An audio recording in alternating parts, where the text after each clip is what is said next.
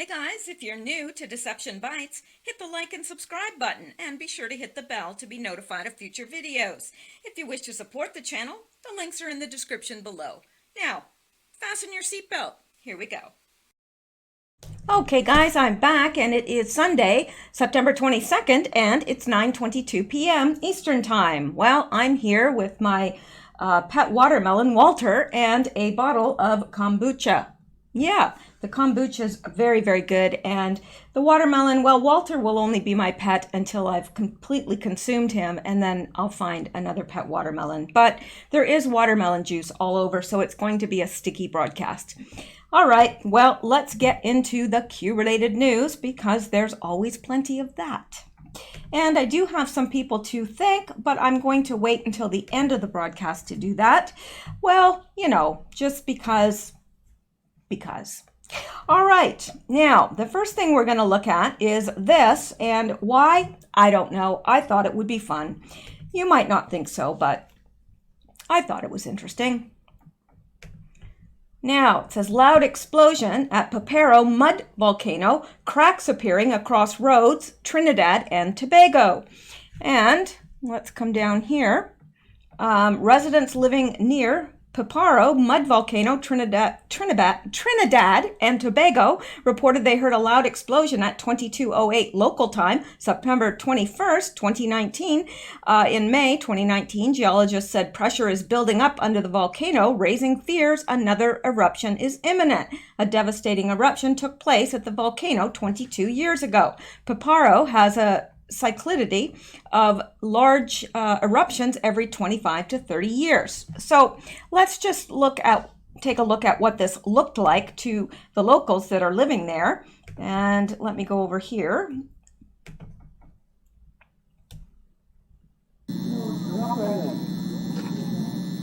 Talk about explosive diarrhea. Now, what I don't understand is these people are all just standing around looking at it going, wow, look, it's erupting. But, you know, and then they decide to run. But it's like for a long time in other videos that I've seen, they're just standing around looking at it going, gee, it's erupting. Seems a little odd to me. That's one angry volcano.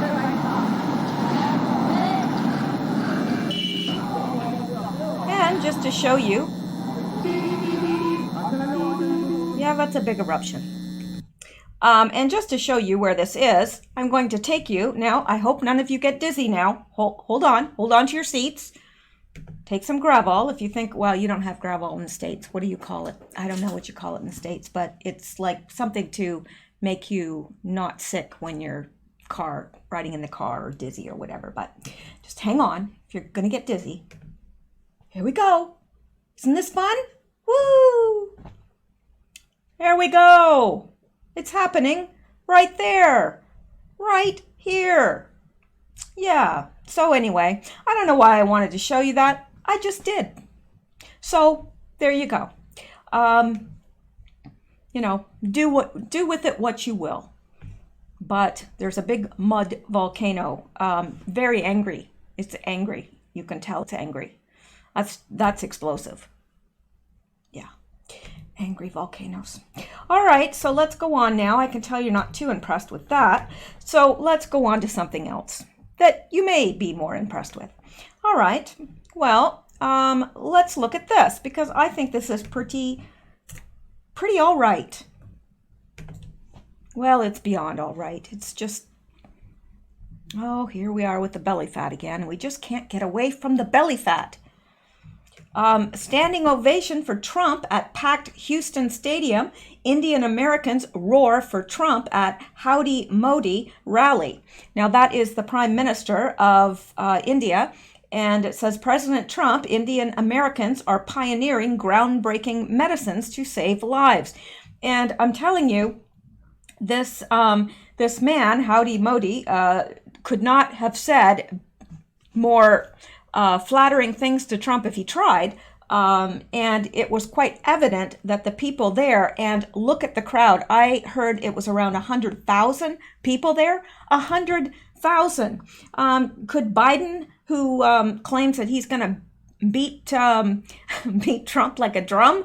Yeah, I'd like to see that. I really would. I've got a visual of that, and yeah, it's not pretty. But anyway, Biden, who said he's going to beat Trump like a drum, do you think that he could have, he might have been able to draw like one of these squares here? He might have been able to draw that many, but 100,000? Are you kidding me? No. No, it would never happen. So anyway, I was impressed by this. I don't know if you were, but I was. President Trump spoke to a packed house at NRG Stadium in Houston on Sunday. President Trump held a joint rally at the NRG Stadium in Houston, Texas, with Indian Prime Minister Modi. The stadium was packed, and yes, it was. It was packed. The crowd roared and jumped to their feet when President Trump told the stadium crowd, "We stand proudly in the defense of liberty, and we are committed to protecting innocent civilians from the threat of radical Islamic terrorism." So let's just take a listen. Today we honor all of the brave American and Indian military service members who work together to safeguard our freedom. We stand proudly in defense of liberty, and we are committed to protecting innocent civilians from the threat of radical Islamic terrorism.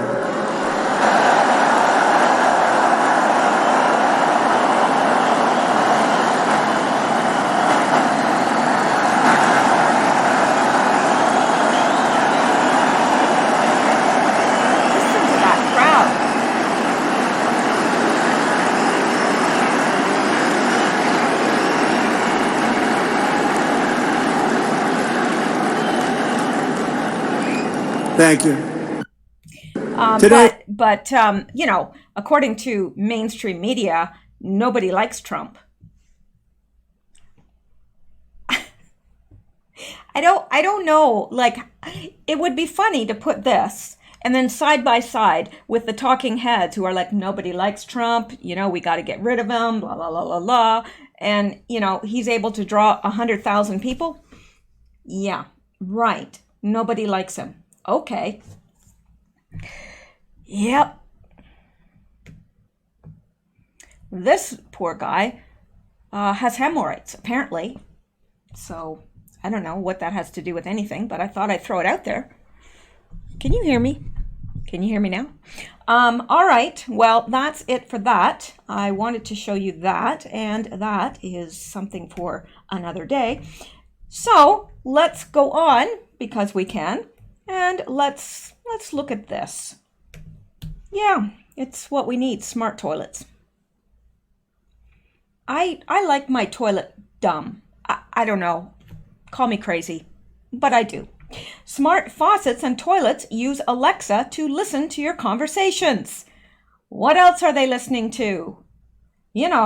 Some people are pretty loud in the bathroom, if you know what I mean. Do you want Alexa listening to that? I don't think so. Mass private eye. It is hard to imagine a more intrusive home surveillance device than a faucet or toilet that listens to everyone's conversation, but that is just what Delta Faucet and Kohler have done.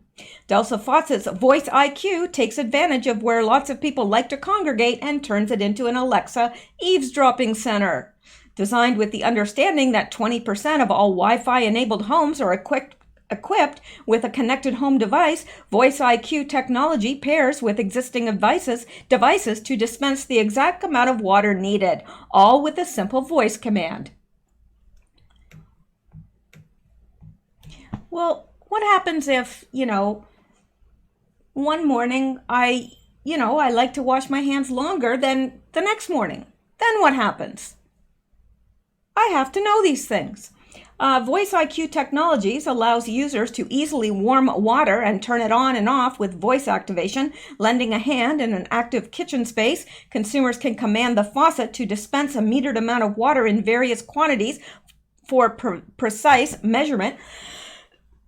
Excuse me. Additionally, Consumers can customize commands to make everyday tasks easier, like filling a coffee pot, a child's sippy cup, or a dog bowl. To learn more about Voice IQ, click here. No, thank you. I'd rather have my eyes dug out with spoons. But anyway, what they're really saying is Amazon will now monitor your home and individual water usage. How is that for Orwellian? Yeah. I'm going to rush right out and buy one of those. No, I'm not. Not ever. No, not ever. I can tell you how often TV shows like Buying Hawaii or Caribbean Life show prospective homeowners discussing how they want to entertain friends and family in their new kitchen. So despite what Delta's promotional video says, the kitchen is not a great place for some hands-free help. I mean, who in their right mind thinks that Alexa's hand-free help does not include moderators listening to your conversations while entertaining? Delta is also offering Alexa's hand-free help to homeowners with older kitchens. Well, isn't that nice? No, it's not. Yeah. Maybe I'll just take a sip of my, stuff here. What is this? It's lemongrass kombucha.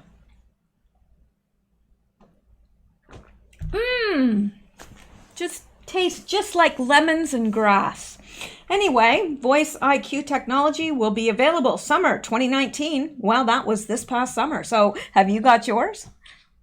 I've got mine. No, I don't. No, I don't. As a pre-assembled feature on select Delta Trinsic pull-down models with Touch 20 technology for an added level of convenience, a retrofittable model for Voice IQ technology will be available to upgrade existing kitchen faucets with Delta Touch 20 technology manufactured after January 1st, 2018. No thanks, I'm good. I do not want to turn my faucet into an Amazon eavesdropping device. I mean, what's next? A voice-activated toilet? Well, it seems that, yes, that is what's next. Forgive my coughiness. Okay, Kohler creates a voice-activated toilet. Well, how long will it be before the toilet can take urine samples and send the results to your doctor? I'm saying, it's coming. Leave it to Kohler to destroy what most people consider their most private part of life, the bathroom, and that's true. You at least feel a bit of sanctity while you're sitting on your own toilet. Seriously. But not anymore. Earlier this year, Kohler unveiled the voice-activated toilet called the Numi. Can't make that up. The Numi 2 intelligent toilet. I'm okay with a dumb one. I mean, you're just pooping in it. I mean, do you need it to do fancy things? I don't think so. We've come a long way from the outhouse. Numi 2 will come equipped with embedded Amazon Alexa for easy voice control to active toilet features, as well as Alexa commands such as checking weather, traffic, assessing news. I'm sorry. I have such a literal mind. I really do. I just picture me sitting on the toilet there and, you're having a bit of peace and quiet and, you're like, Alexa, what's the weather today? How's the traffic out there? Like, you're really thinking about those things when you're going to the bathroom? Do you? I'm just saying, maybe you do. I don't know. I don't. I'm thinking, okay, hurry up and get out of here. I've got stuff to do. But no. Anyway, is this really what America wants? A toilet that listens to you while you sit on the throne? According to the Numi Intelligent video, Alexa monitors how often you go to the bathroom and how much water you use. Well, thank you, Alexa. Thank you. That's all I need is a toilet telling me, okay, you've gone to the bathroom too many times today and you've used too much water. I mean, really, do you want somebody policing your bathroom activities? I don't. Kohler is so sure that homeowners will want Alexa to listen to their most intimate moments that they created an app for the whole family. Well, there you go. Yeah, and I can bet those guys, because you know that there's somebody listening to your conversation, and they're like, oh man, that guy really had it bad. He had some bad diarrhea. I mean, seriously, do you want your most intimate sounds made available for others to listen to? I think not, people. Anyway, I had to bring that to your attention in case you didn't know. And maybe you're not like me at all. Maybe you will want to rush right out and get one. Like, maybe you have nothing better to spend your money on. I don't know. All right, then, let's go back because there's more to get to. There's always more. Now, let's look at this, shall we? Biden that's going to beat Trump like a drum. Oh, I'd love to see that. I'd just love to see that. I'd love to see him try. Okay, well, here we go. Report. 1.8 billion missing from Ukrainian firm. Biden's son sits on board. Well, anybody surprised? I didn't think so. It's time for a flashback now that people are paying attention to what many of us have been screaming for almost 2 years. Why hasn't anyone looked into Biden's Ukrainian ties? Check out this report from our friends at PJ Media. In the last days of the Obama administration, Vice President Joe Biden took a swan song trip to Ukraine, a notoriously corrupt country where he had been the administration's point person. On the eve of this trip, the country announced it would end a criminal investigation into a company connected to the loss of $1.8 billion in aid funding, a company whose board of directors included Biden's son, Hunter. They don't call him Hunter for nothing. The Biden's family dealings with this Ukrainian company involved getting one of the country's most notorious mob bankers, Ihor Kolomoisky, there's a name for you, Kolomoisky, off the U.S. government visa ban list. Under Biden's leadership, $3 billion in aid went to Ukraine, and his son's company was implicated in the disappearance of $1.8 billion of that money. Well, isn't that special? Not really. Peter Schweizer reveals that the former vice president's role in his new book, Secret Empires, How the American Political Class Hides Corruption and Enriches Family and Friends. The scandal drops with Biden reportedly mulling a 2020 presidential run. Secretary of State John Kerry announced the U.S. support for Ukraine's nationalist government in March 2014, a month after a mass uprising pushed pro-Russian President Viktor Yanukovych out of office and inspired a corresponding pro-Russian uprising in the East. Biden became the Obama administration's point person for the country. On April 16, 2014, Biden met with Devon Archer, a former star fundraiser for John Kerry's 2004 presidential run and business partner in Rosemont Capital, with Biden's son, Hunter. Federal agents would later arrest Archer in May 2016 for defrauding a Native American tribe. Well, isn't that special? That's mighty magnanimous of him, isn't it? Anyway, less than a week later, April 22nd, came an announcement that Archer had joined the board of Burisma, a secretive Ukraine natural gas company. On May 13th, Hunter Biden would also join the company's board. On the day before Archer's hiring, April 21st, the vice president landed in Kiev for high-level meetings with Ukrainian officials. He spearheaded the effort to invest $1 billion from the U.S. and the International Monetary Fund, IMF, into Ukraine. The vice president's presence helped explain a conundrum. Burisma hired his son and Archer despite the fact that neither of them had any experience in the energy sector. Schweitzer notes the choice of Hunter Biden to handle transparency and corporate governance of Burisma is curious because Biden had little, if any, experience in Ukrainian law or professional legal counsel, period. Why won't the mainstream media cover this? You can read more from our friends over at PJ Media. Well, I think we've I think we've read enough, but this is, you know, and then and then you've got a reporter, it was Peter Ducey from Fox News asking Biden about this, but he snaps his head off and says, "You're asking the wrong questions. It's Trump that's done something wrong. Oh, I'm going to beat him, and he's doing this because I'm going to beat him like a drum." Yeah, okay. Well, we're all holding our breath for that. Yeah.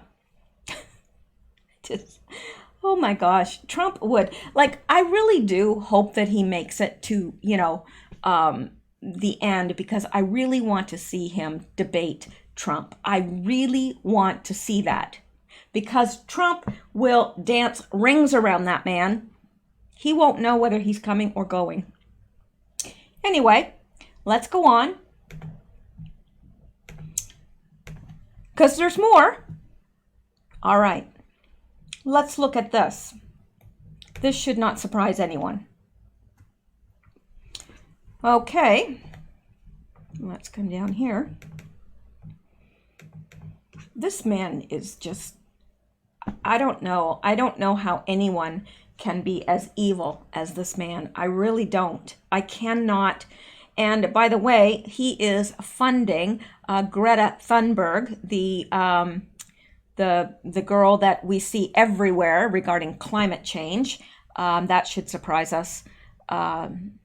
Should not surprise us, rather. The ethnic European barely survives on book royalties donated by Michael Walsh and supporters of Real News and Views. We aim to replace Victor Spin with real history to enlighten, inspire, and to educate, and with your help to share our stories as widely as possible.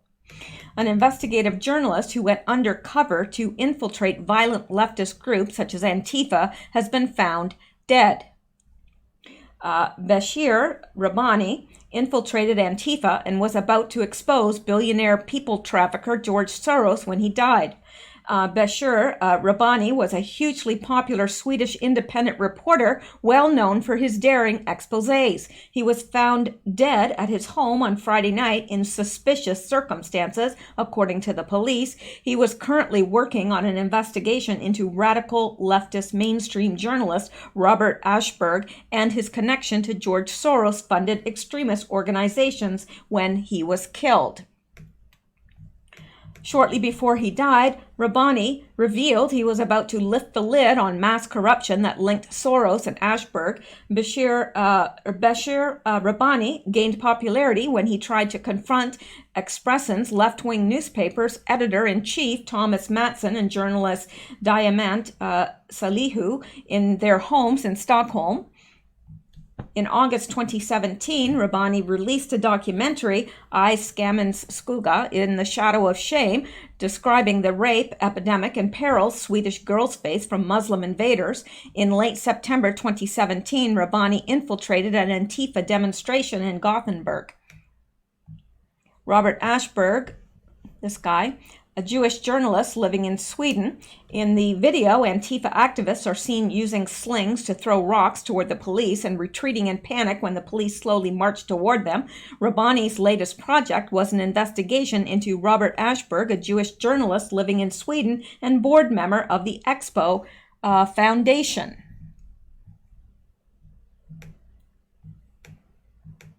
Expo is an anti-racist foundation with one of its many goals being the registering of all right-wing people. Ashberg is also friends with Jacques Wallner, a man who in 1982 murdered a 21-year-old Swedish man in cold blood because he was racist. Jacques Wallner later was employed by Dagens Nyheter newspaper. Not sure if I pronounced that correctly. So Olaf Ashberg's grandfather was dubbed the Red Banker following the overthrow of Imperial Russia by Wall Street bankers.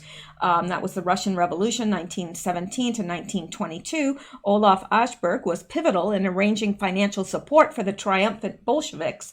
The Jewish mogul was instrumental in putting the weight of America's corporate power behind the Red Terror, offering access to the national resources of stricken Russia and unlimited access to millions of slaves then being shipped to the Gulag camps scattered throughout the fallen empire and to work on Stalin's 5-year plans.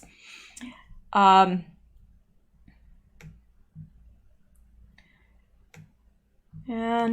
what else do we have here? Michael Walsh was awarded Euro Weekly News Writer of the Year 2011 with 60 books bearing his name, thousands of news stories and columns. Michael is arguably Britain and Europe's most prolific author of multi-topic books. So what are we looking at here? This seems to be a totally different person. So I don't know. Where did this end? I guess it ended right here. So this is something else. Well, we've got this picture here. Anyway, so, okay, Mike Walsh is actually the guy that wrote this. And so it's telling who he is. So, yeah, this is quite alarming if you ask me. Just seeing if there's anything more related to this, and there isn't. But no question in my mind that he was murdered. It seems pretty obvious to me. You go up against Soros, you go up against Hillary Clinton, there's any number of people that if you go up against, you know you're going to die. And it's unfortunate. And he's obviously a very brave reporter to have done the work that he was doing. I wish that his story could have gotten out before he was murdered. A waste of a life and a waste of talent. But not surprising considering who he was coming up against. Now, hang on here. Let's look at this. And Trump warns UNC, and that is University of North Carolina, and Duke, they will lose funding over Islamic teachings. President Trump has notified the University of North Carolina and Duke that he will pull federal funding over their Islamic propaganda. The two schools held a symposium that turned out to be a Jewish bash fest. The entire event was an anti-Semitic event worthy of Ilhan Omar's celebration of 9/11 when some people did something. In class, they study Islam and learn all the good points but never talk about Sharia law, female genital mutilation, or terrorism. They have no similar lessons covering Christianity or Judaism. The money that paid for the Israeli hate fest came from the federal government. This crap must end. From Breitbart News in June, Education Secretary Betsy DeVos ordered an investigation into the Middle East program after Representative George Holding noted that it hosted a taxpayer-funded conference with severe anti-Israel bias and anti-Semitic rhetoric. The report added that the investigation is part of a broader effort by the Trump administration to root out anti-Semitism on U.S. university campuses, and that investigators concluded the program had intended to use funds on offering that are plainly unqualified for taxpayer support, adding that foreign language and national security have taken a back seat to other priorities. Anti-Israel and anti-Semitic movements have, in fact, been an issue popping up on U.S. college campuses via tactics such as the boycott, divestment, and sanctions movement, which is designed to ultimately destroy the world's only Jewish state. The BDS movement, supported by Representative Ilhan Omar and Rashida Tlaib, has manifested itself on college campuses across the country in an effort to delegitimize Israel in the minds of students, galvanizing them to march in lockstep with the anti-Semitic campaign. Henry Reichman, the chairman of a committee on academic freedom for the American Association of University Professors, reacted to the Education Department's letter by referring to it as, ironically, political correctness enacted by the right wing. So, I would tend to agree that, any universities that are doing such need to lose their funding because we are paying for it. We as taxpayers are paying for this. And I'm amazed that there isn't more outrage about this, but I would probably wager a guess that most people don't know about it. Because unless you have kids in college, or unless you are in college yourself, you don't hear about it. So anyway, let's go on, because we can. And let's come down here. Yes, let's look at this. Talk about seminary defends confessing sins to plants. Beautiful, moving ritual. And tell me, are these plants forgiving your sins? I don't know. Well, actually, I do know. But critic says experience embraces a form of pantheism. Really? Yes, really. That is pantheism. Students at a cemetery in New York City recently confessed their sins to plants during a chapel service, an experience that drew nationwide ridicule, but that a campus spokesman defended as beautiful, moving ritual in a statement to the College Fix. On Tuesday, Union Theological Seminary in Manhattan shared on its Twitter account a photo of a group of students speaking to an arrangement of houseplants. Today, in chapel, we confessed to plants. Together, we held our grief, joy, regret, hope, guilt, and sorrow in prayer, offering them to the beings who sustain us, but whose gift we too often fail to honor. What do you confess to the plants in your life? The tweet read. Nothing. No, I can't say as I've ever confessed anything to a plant. I'm just saying. I sometimes play music around my plants, very like classical music and things like that. I'm not playing them directly to my plants, but I think the plants like them. They tend to grow. But confessing my sins to a plant, that will happen never. No, I'll never do that. Yeah, so what do you think about that? Confessing your sins to plants. Well, I hope that works out for you. That's all I can say. All right. And let's go on, because there's more ridiculous things to get to. Let me see here. There's so much. Let me see. There's some stuff I want to get to. Oh, yes. South Bend Mayor and 2020 Democratic hopeful Pete Buttigieg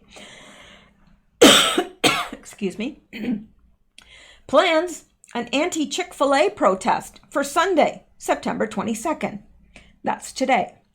Now, two things pop out to me in this. Number one, I think everybody knows that Chick-fil-A is closed on Sundays. So why would he choose to hold an anti-Chick-fil-A protest for Sunday when he knows it's closed? Do you know why I think? Because I think when everybody got word of it, if he said he was going to hold it on a Monday, everybody within, probably 20, 30, 40, 50 miles would end up at that Chick-fil-A supporting it. And he knows that. That's what I think. Because why else would somebody hold a protest on a day when they're not even open? I'm just saying. That's exactly why he did it. If he held it during any other day of the week, everybody would have flocked to Chick-fil-A, and it would have been news. Because there'd be long lineups outside of all the Chick-fil-A. You know it. He wanted to avoid that because it would make him look bad. So he holds it on a Sunday. Alrighty, well, I wonder how that worked out for him. I don't care. I'll eat there. I mean, it's not really here, but,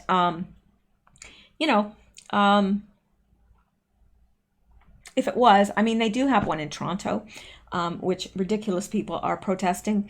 But, yeah, Toronto's a bit far to drive. And I think it's downtown Toronto, which is a nightmare to get to. All right, now, let's look at this. The Nazis used children to perpetuate their agenda. And then look at this Nazi propaganda poster, and then Greta. See any similarities? No, I don't. Yes, I do. I do. All right. And there was something else I wanted to, this, right here, this. The idolatry of environmental extremism. A bizarre incident at the Union Theological Seminary illustrates why many Christians believe that internal forces, not external ones, represent the greatest threat to the church. Students at this cemetery prayed to a collection of plants in its chapel. Okay, we just covered that, actually. And this is not what I thought it was. So, you know what? Let's just pretend we never saw that, okay? And I've got to take you somewhere else. It's here somewhere. Maybe it's this. Perhaps it's this. I think it is. Here we go. All right, this is what I wanted to show you.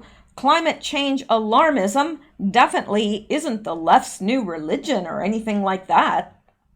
Love the sarcasm. Yeah, take a look at this. Can you believe that? They're making her into a saint. And on her, this is called a, there's a name for it. Nimbus. This is a nimbus. And it shows, usually in art, it shows the saintlyhood of whoever has this nimbus around their head. And hers says, "Our house is on fire." Okay. And they have her, like, poor sad thing. Like, how old is she? 15 or 16 years old? Like, this poor child is being abused. All she thinks about, I'm not going to be here. It's going to be too late. We'd tell kids to study to be environmentalists and so forth, but what's the use? By the time they grow up, it's too late. Yeah. And climate confession. Even those who care deeply about the planet's future can slip up now and then. Tell us, where do you fall short in preventing climate change? Do you blast the air conditioner? Throw out half your lunch? Grill a steak every week? Share your anonymous confession with NBC News? Not going to happen. Not going to happen. And isn't it interesting how the left is all about, oh, we can't have meat and all this, and then they have this big giant grill out where they have literally tons of meat that they grill. It's okay, it's wrong for everybody else, but it's okay for them. You know that. Like, they're not going to be giving up their meat. They just want you to give up your meat. Yeah, so give your climate confessions to NBC. And it says, when shopping, I have reusable bags in the car, but forget to bring them in and then use the store's plastic bags. I mean, we recycle everything up here. Everything. Like, we recycle everything. So, and I mean, you pretty much have to recycle here. Like, it's what's expected. And all of our garbage cans are separated into separate, like, the organic stuff, paper stuff, plastic, bottles. Like, it's all, like, every single garbage can is like that. So we recycle up here. Now, why can't we do something like that instead of shaming everybody? It's just ridiculous. I think most people, if you make it convenient for them, they're going to recycle. Just saying. I mean, if you have a garbage can there and it tells you where to put your garbage, that's what you're going to do. And it's carted off and it's recycled. I was a vegetarian since 1980, but the last few years I started eating ground turkey. So sad.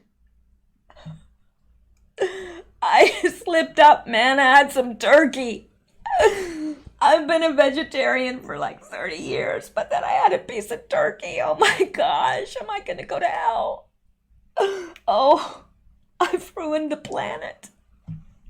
I commute 30 miles to work every day in a car by myself.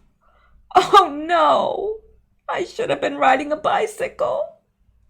Yeah, and all these climate change prophets go around the world in their little jets.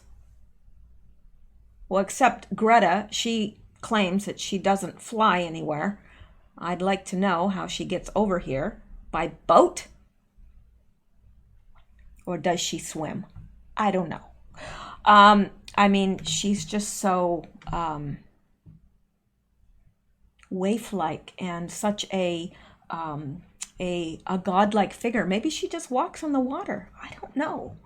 But there you go. And let's go back now, because there's always more foolish things. And let's look at this. This is from News Wars, the most cringe protest signs from Climate Strike 2019. Let's take a look at this, shall we? Of course we shall. Why wouldn't we? Now, hang on here. We'll get to it. Children around the world ditched school Friday to take part in a fear-mongering climate strike protest, with many warning the world will end in less than 12 years due to man-made global warming. Yeah, just like oh,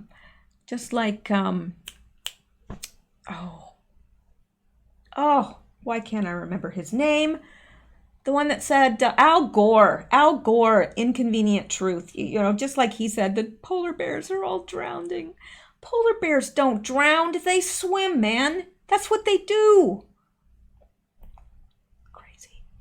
InfoWars spent multiple carbon credits to bring you some of the most misguided, uninformed, and annoying signs out there. Yes, and this one was by Steve Crowder, and we've already taken a look at this one. I like, though, that what he says, climate change alarmism definitely isn't the new left's religion or anything like that.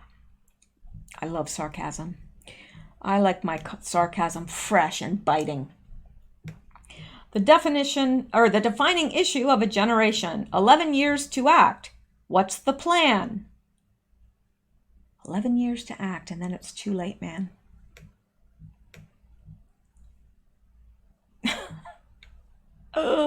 An English teen practices what she preaches. Look at this. Use less paper. And this one says, losing Nemo. Dinos thought they had time too. Oh my gosh. And this appropriate sign, a very appropriate sign today at the climate strike. You know it's time for change when children act like leaders and leaders act like children. Yeah, okay. And what's this? See if I can make this bigger.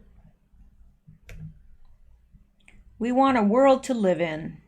Well, and emotion, courage, and I can't even read that, it's too small. And if I can't read it, you can't read it, you tiny little phone people. It's tiny phones, it's not tiny people with phones. I just want to clarify that because I'm not insulting anyone. I wouldn't do that. Okay. What's this say? I just took a CO2 test. Turns out I'm 100% dying. And then there's Greta, Greta Thunberg, who says she can see CO2. Right. And I believe that. Have you seen her parents? Oh, they're a piece of work. Yeah, they really are. I want to be a T-Rex, but I don't want to go out like one. Act now to save our planet. Climate idiot number 1, vote for our lives. And this is, obviously, they've got a picture of Trump here. And then here's, and there, this is Tlaib, Rashida Tlaib, and she's the one holding that. You know, I really don't think that it should be allowed for a member of Congress. You can express your displeasure, or you can express saying, I don't agree with this president. But really, out of respect for the office, really, should anyone in Congress be, doing this sort of thing? I'm just saying, it doesn't make the country look good. System change, not climate change. And here she is again. Save our planet and free Palestine. Well, she has to get that in there, doesn't she? We could be in school, but instead we're protesting against your arrogance. Oh, well. Build a better planet, not a wall. It's hot in here. Or is it just me? Yeah, okay. Change the system, not the climate. Keep calm and protect your mom. Yeah, I want to die, but the planet doesn't. Are you kidding me? A kid has a sign saying, I want to die, but the planet doesn't. Wow. Some of y'all didn't catch Captain Planet, and it shows. Echo, not ego. Okay, that I don't know. It's just craziness. Well, you know what? This is just ticking me off. So I've had it with this. I really have. It's like, what's wrong with these people? Like, okay, yes, I believe in taking care of the planet. I really do. But yeah, there's another agenda behind this. Of course. Isn't there always? Oh, yes, this is what I was talking about right here. 10,500 steaks at 2020 Democrat steak fry, despite their meat consumption climate change concerns.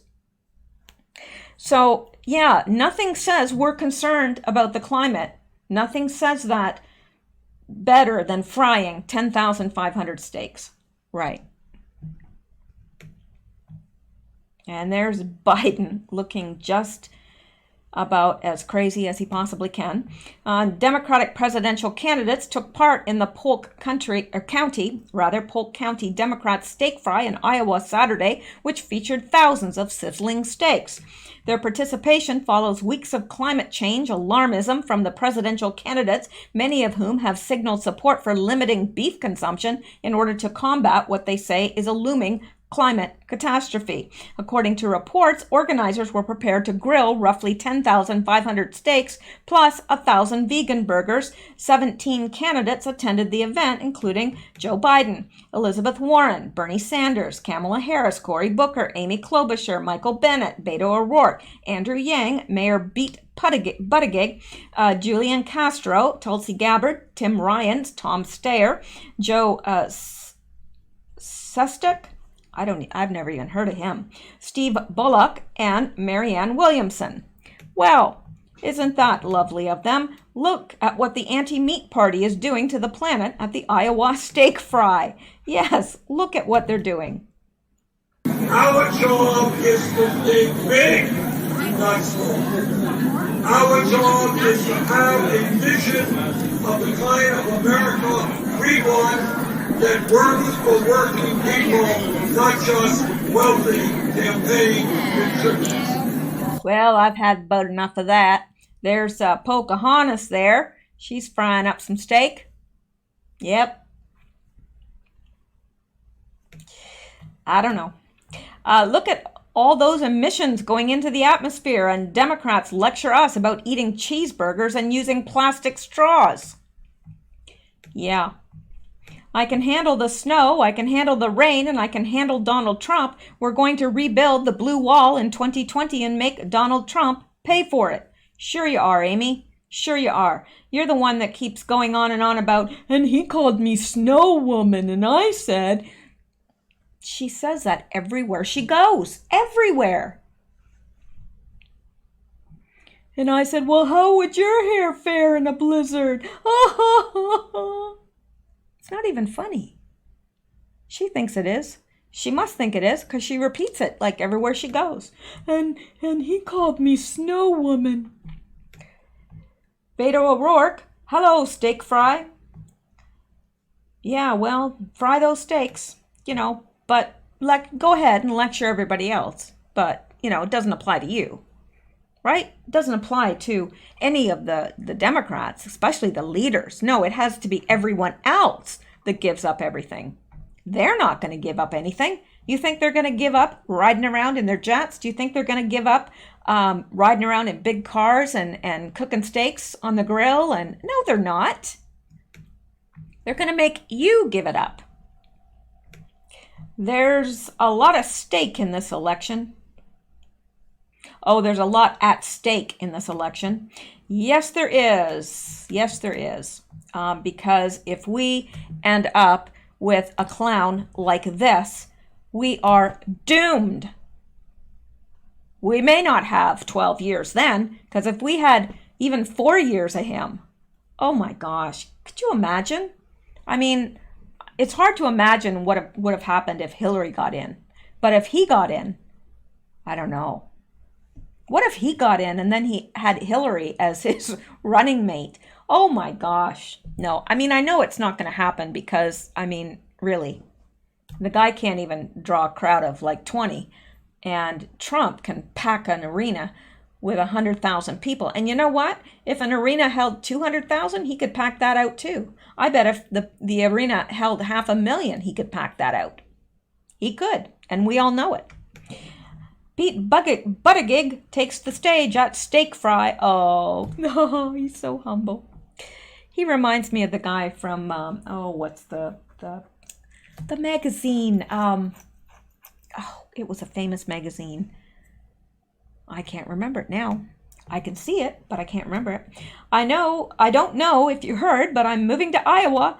Thank you at Polk Dems for putting on a fantastic steak fry and giving us the opportunity to bring our campaign directly to Iowans. We're going to win this thing by coming together and fighting for the best of who we are. No, you're not. No, you're not.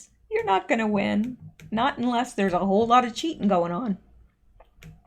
Or a whole lot of dead people voting. It's one or the other because we all know dead people vote Democrat. I don't know why that is, but once people die, they could be Republican all their life, but as soon as they die, it's like they get up from that grave and they go and vote Republican or Democrat. Really, the Republicans need to be going to the graveyards. That's what they need to be doing. They need to be canvassing the graveyards and convincing the dead people to vote Republican. That's what they need to do. Anyway, their participation follows weeks of climate change alarmism from presidential candidates and activists across the globe. Several of the presidential hopefuls have floated limiting beef consumption, particularly in recent weeks. Yang told the audience at CNN's 7-hour climate change town hall this month that it's good for the environment. It's good for your health if you eat less meat. I think it would be healthy on both an individual and a societal level for us to move in that direction, he said. Klobuchar also signaled support for reshaping dietary guidelines to reduce beef consumption, as did Harris, who said that government should find the balance between creating incentives and banning certain behaviors. As Breitbart News reported, Harris said she would support changing the government dietary guidelines and the food pyramid to reduce the amount of red meat in American diets. She also supported the idea of putting climate impact labels on food. I've always believed that we should, expand what's on those cans of those things you buy in the grocery store, she said. We should expand the list and included in that should be a measure of the impact on the environment. Mayor Pete Buttigieg called for more balance. Actually, that's not a bad idea to put labels on things as to how much it impacts the environment, because I think most of us, being responsible adults, would tend to choose products that are better for the environment. Maybe not, but up here, that would go over well because they do tend to be conscious of the environment, and there's no garbage around. You just don't find garbage in the street because people get out there and they clean it up. Now, it might be in Toronto areas where it's bigger, but really, anytime I've been on the Toronto subways and everything, they're immaculately clean. Everything is clean here. So anyway, Pete Buttigieg called for more balance in American meat production, but was careful to say he was not in favor of abolishing the cow. He argued that government intervention like a carbon tax would encourage Americans to have a more balanced diet and more balanced footprint. More taxes, right? That's the answer. O'Rourke cited a similar solution, arguing that a carbon tax would balance out the carbon emissions by the meat industry. I think we just have to be more responsible in the way that we do it. I'm sorry, my nose is itchy. Maybe I'm going to kiss a fool again. I don't know. And the best way to do that is to allow the markets to respond by setting a price on carbon in every single part of the economy, every facet of American life, he said. Yeah, right. Like that will help because they'll just take in a whole lot more taxpayer money and waste it. And it won't even go toward the environment. Yeah, look at what happened in Canada. Yeah, we got a carbon tax here. Ask us how we like it. We don't. How do you like paying 10 times more for everything? It seems like that. I mean, it's ridiculous how much things cost up here. It's absolutely asinine. And there's no reason for it at all. So anyway, I'm going to leave this, but don't you think, after them, being so in favor of the climate change protests and everything, and them all saying it's best to limit meat, don't you think that they should have set an example? Maybe by having veggie burgers or, something else, a corn roast, something that is not hard on the environment, and look, I like beef just like the next guy. I love beef, but I don't go around there saying, oh, everybody has to give up their beef. And if I did, then I would be the biggest hypocrite in the world because I enjoy beef, especially in a good stew. And I do make a good stew. I wish I could have you all over for a big mess of my stew. You'd all like it. I'm quite sure of it. Except maybe you people in the South, because it's not real spicy. But the food up here tends to be a little bit more bland than in the South. And I miss that about the South. I love the food. Now, not the unhealthy food, but the good food. Like shrimp and grits. Oh, I love that. I don't know how long it's been since I had it. A long time. Anyway, so there you go. There is nothing more powerful than our nation's youth marching together, demanding action be taken to protect our planet and their future. It's time our leaders listened. And look at all these people. Like they're all coming out about this climate change, and then they grill 10,500 steaks. I mean, that's a lot of steaks. That's a lot. I don't know how many cows that's worth, but it's a lot. I don't know how many steaks are in a cow.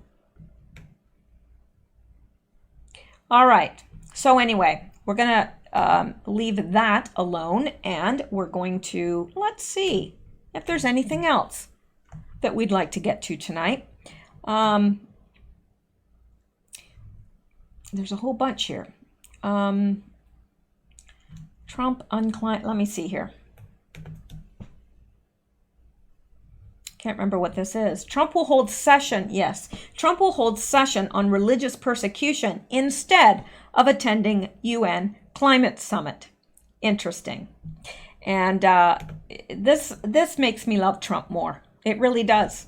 Because this is a serious issue in the world. Religious persecution. Big time. When President Trump visits the UN on Monday, many of his fellow world leaders will be participating in a summit meant to address climate change. Trump won't be there. Instead, the president is chairing his own session focused on worldwide religious persecution. It's the latest evidence of Trump's isolation on the climate issue with his fellow world leaders. During the G7 summit in France, Trump skipped a session focused on climate change that all the other world leaders attended.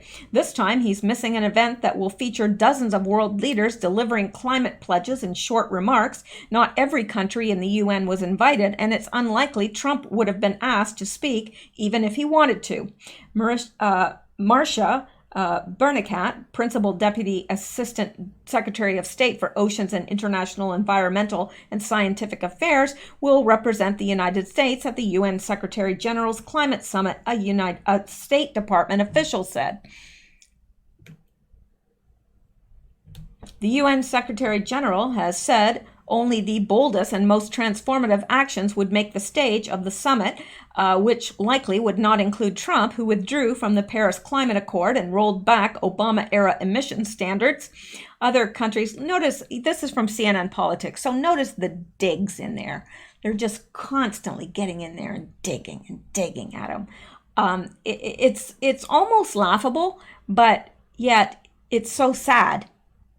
I want to laugh, but I can't because it's so sad, because they think that people can't see through this. And, you know, unfortunately, there are some people that can't, but fortunately, we're not among them. Anyway, other countries that rely on coal, like Japan and Australia, may also be excluded, but some key U.S. allies like Germany, the United Kingdom, and France are expected to participate, and countries like China and India, which Trump has criticized for their environmental records, will also be there according to a draft agenda. Instead of the climate summit, Trump will convene a session on worldwide religious persecution that his aides are characterizing as the centerpiece of his visit to the UN next week. The session will overlap, according to the draft agenda. China's representative will speak at the climate summit around the same time Trump's religious persecution event is getting underway. Now, that is significant. It's symbolic because China is one of the largest transgressors of religious freedom in the world, and there is nobody more religiously persecuted than Christians in China. And not just Christians. Muslims are being persecuted in China, and the Falun Gong, I guess, if I said that correctly, are being persecuted. All of the religions really are being persecuted in China. So I think it's interesting. This event seeks to highlight and broaden international support for protecting religious freedom in the wake of increasing persecution of people on the basis of their own beliefs and faith, and a growing number of attacks on and destruction of houses of worship, religious sites, and relics by state and non-state actors, a senior administration official told reporters on Friday during a briefing call about Trump's trip. Two additional officials sought to explain Trump's absence from the climate change summit, which has gained increased attention as activists like Swedish teen Greta Thunberg, aka Soros puppet, apply pressure to leaders to take action. Greta Thunberg, 16-year-old, applying pressure to world leaders. What's wrong with this?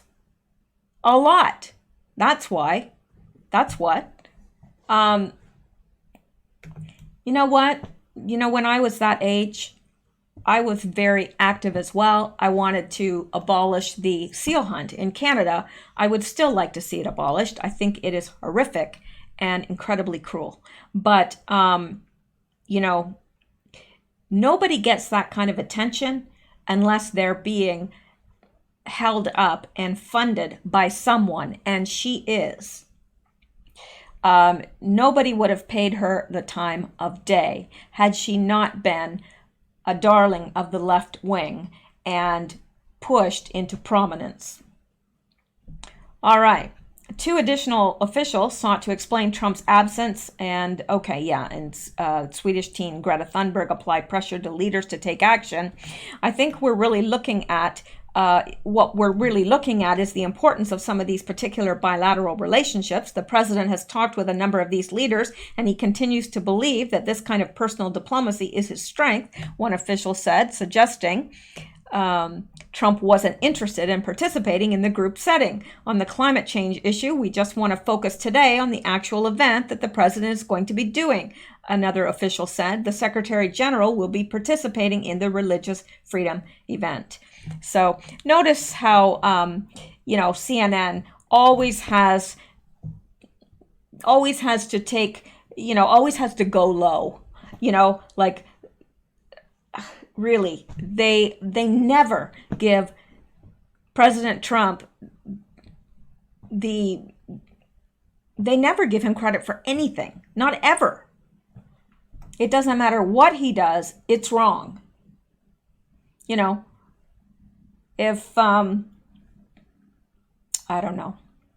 Anyway, I've got a whole lot to say about that isn't really, doesn't necessarily need to be said. Okay, now, let me just see.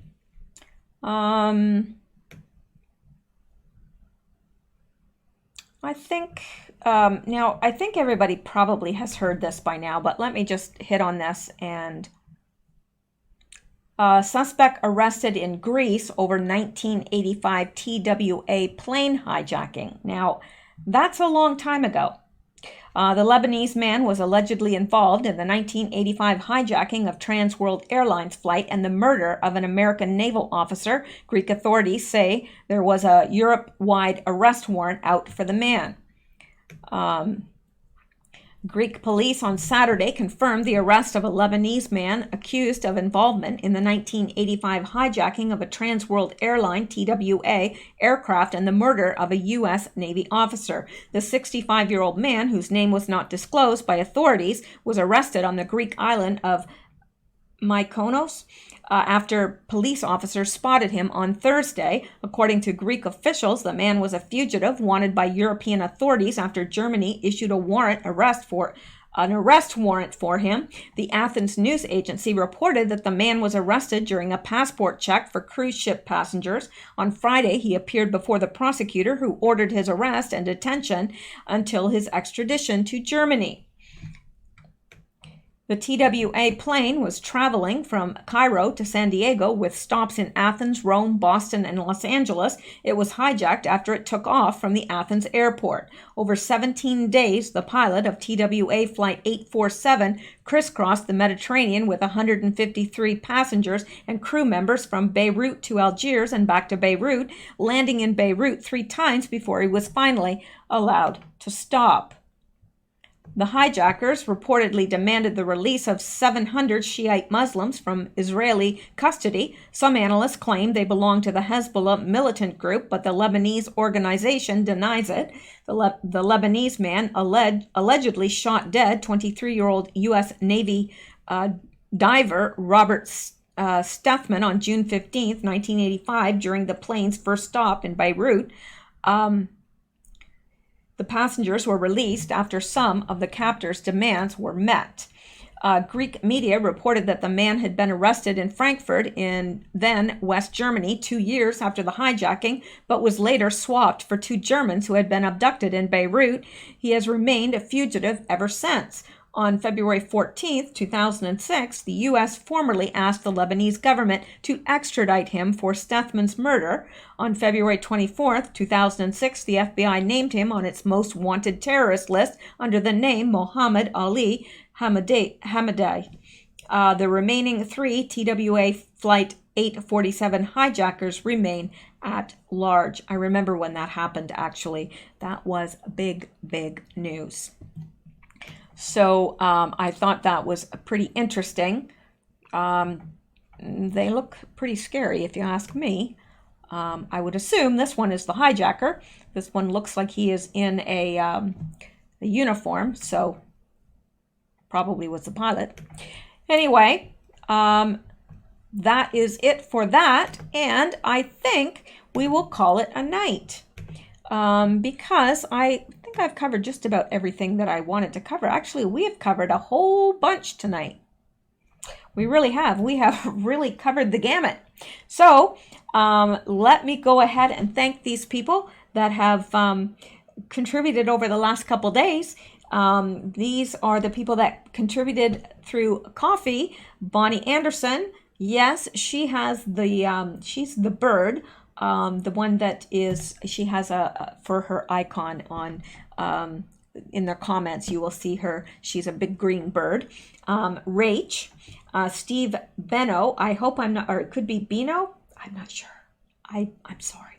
I don't want to butcher anyone's name because that's insulting. Dave, aka Gieserman, Margie from Albany, New York. Margie, you're not that far from me. I've been to Albany. many times. In fact, I've been all over upstate New York because it's not that far from me. Marianne from Tucson, Arizona. Bet she's nice and toasty warm down there. Terry Todd and Liz. Also, we've got a new Patreon supporter, Combi 800 from the UK. So thank you guys. I can't keep doing what I'm doing without you. I appreciate it so much. And it definitely goes to support what I do. And anyway, thank you so much. And I will be back tomorrow. Who knows what the news is going to bring tomorrow, because it seems like there's lots of stuff happening at once. So anyway, we're going to call it a night there, and I will let you guys go, and I will go, and we will see one another tomorrow. So take care, sleep well, stay safe, and keep seeking truth. And be nice to cats everywhere. They deserve it.